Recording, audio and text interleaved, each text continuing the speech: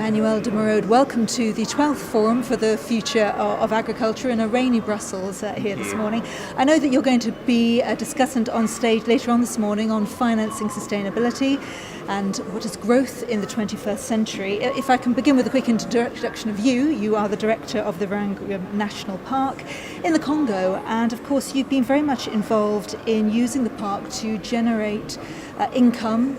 Tourism for mountain gorillas would be the first thing I think of, but for the community. And of course, one of the things that you will be discussing at the forum is, the matter of money and how money needs to be behind some of the commitments we make to our environment.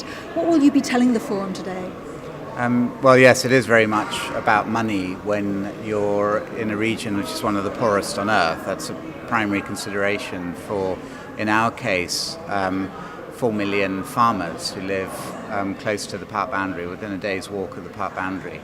So we're an unusual national park in that respect, but we're also a signal of things to come, in the sense that demographic pressures on land is growing. I've come to this forum as a conservationist, not as a farmer. I know very little about farming, so it's a huge opportunity for me.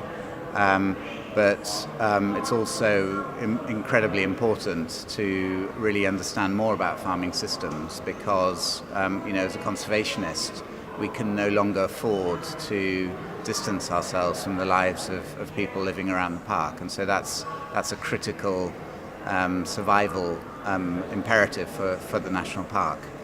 There will be a range of experience here today. So in terms of listening, because it's an important part of the debate as well as speaking, but what would be your main message to the forum with your experience in the Congo as a conservationist? What can you share with farming and environment, the two arenas that we bring together at the forum today?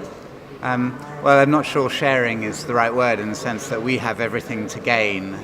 So we really have come with a begging bowl to try and capture as much of the experience of those who've lived and worked in farming as we can. I think conservation does have something to contribute. I think we're beginning to see that farmers are getting more and more interested in more diverse landscapes, which is really the definition of conservation, is preserving that diversity. So we do have something to offer, but we have a lot more to gain by understanding more about farmers' needs and farming systems. We're like I said, we're surrounded by 4 million people who ultimately will decide on the future of that national park, and unless we're able to deliver a significant benefit to every single one of those 4 million people, the park doesn't really have a future. We talk about sustainability as part of the future of being able to use the land to feed more people, but to protect that environment at the same time. It's a challenge that everyone will be discussing today. When you think about the future of the park, when you think about Africa and the wildlife and the landscape that you have, what do you feel are the challenges that part of the world that you know well is experiencing?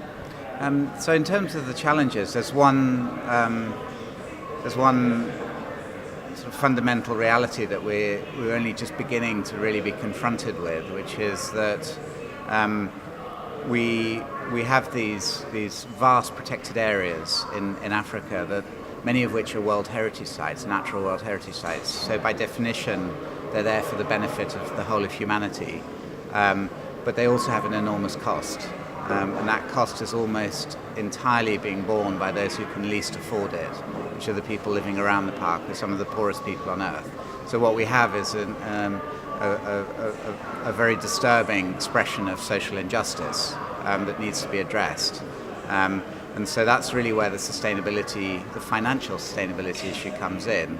Sure, it costs about $11 million a year to run a national park like Virunga, but it's not just that. It's also, is it having a positive impact, a net positive impact on the lives of people living around the park? Otherwise, they're having to bear that cost of that land being set aside for conservation and not for farming. And actually, when you do that calculation, the contribution you need to make to their lives is more in the order of $1 billion a year. That's the real cost of conservation. And so financial sustainability takes on a whole new meaning, and we need to confront that. I'm sure it'll be very interesting, the views that you share as a conservationist as part of protecting UNESCO heritage, and I'm sure that you'll enjoy listening to all those views of farmers, environmentalists here today. Yeah, no, my ears are flapping, yeah, very much so. Emmanuel de Merode, thank you very much. Yeah, thanks. Enjoy it.